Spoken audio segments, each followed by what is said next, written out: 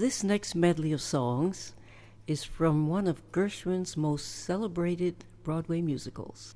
We continue to celebrate Women's History Month, sharing stories about women breaking barriers, leading the way for future generations. Women have made major contributions in all fields, including STEM, politics, and music. And News 6 Insider Guide Crystal Moyer is sharing the story about a woman dubbed Queen of the Keys. Matter of fact, we're talking about Lillette Jenkins Wisner. She was an internationally renowned pianist and vocalist, and although you may not know her name, she was well before her time, not only in the music world, but in business too, at a time when black women rarely accomplished what she did. I guess it's because I've been involved in so many different areas of music, you know. I started off as a classical musician many years ago. Matter of fact, I have 6 decades of music behind me. And from there, I went into religious music, and then I went into the jazz field. I've done Broadway musicals, I've done TV, I've done soap operas, I've done the movies, and I think I've just about hit them all.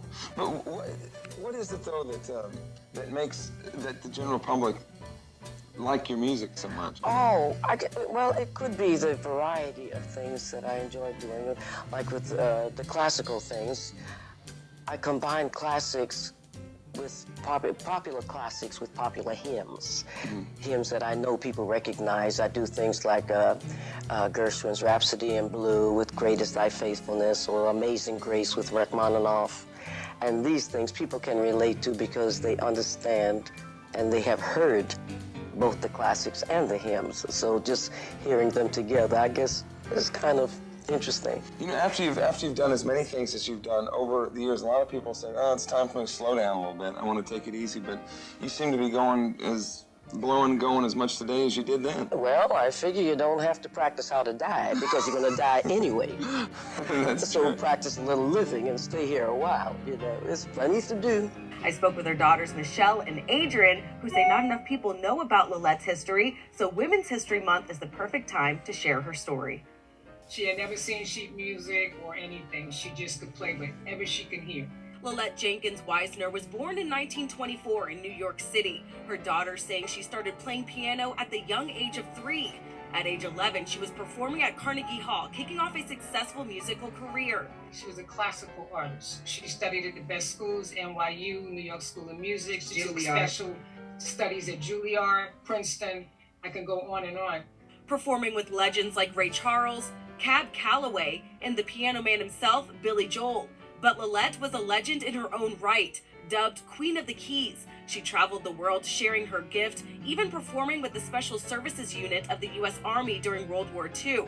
All this at the time of segregation. Her beauty, physically, her attractive spirit, and that talent that God gave her, those things made white people sit in those seats. I don't care where they were, but she did say, you know, yeah, they allowed us to play on those stages, but we still had to come in through the kitchen.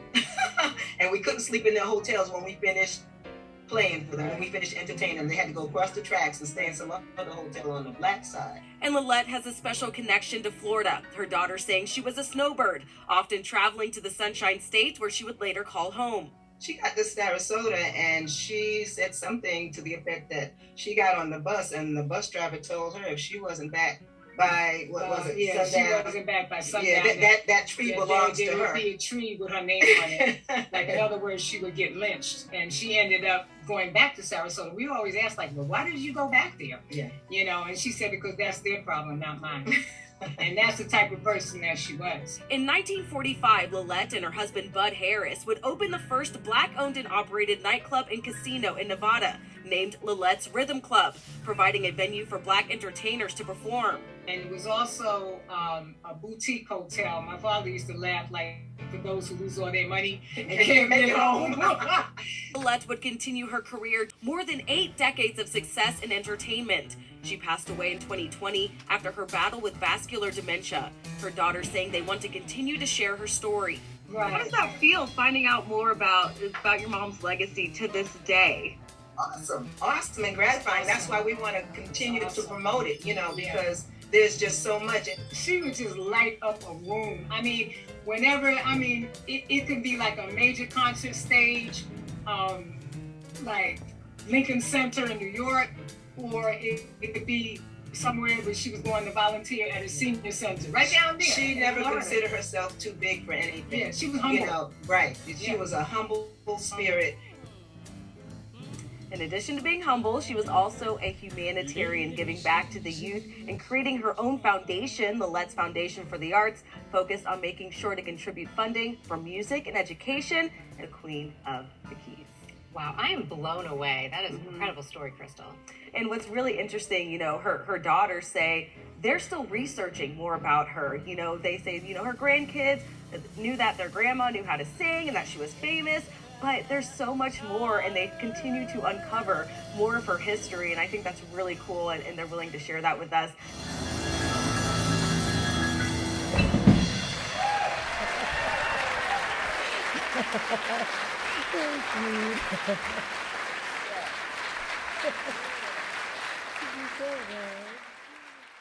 They do plan to start a docu-series. They actually wrote a Broadway play that's been traveling right now through pay-per-view to raise money for her foundation.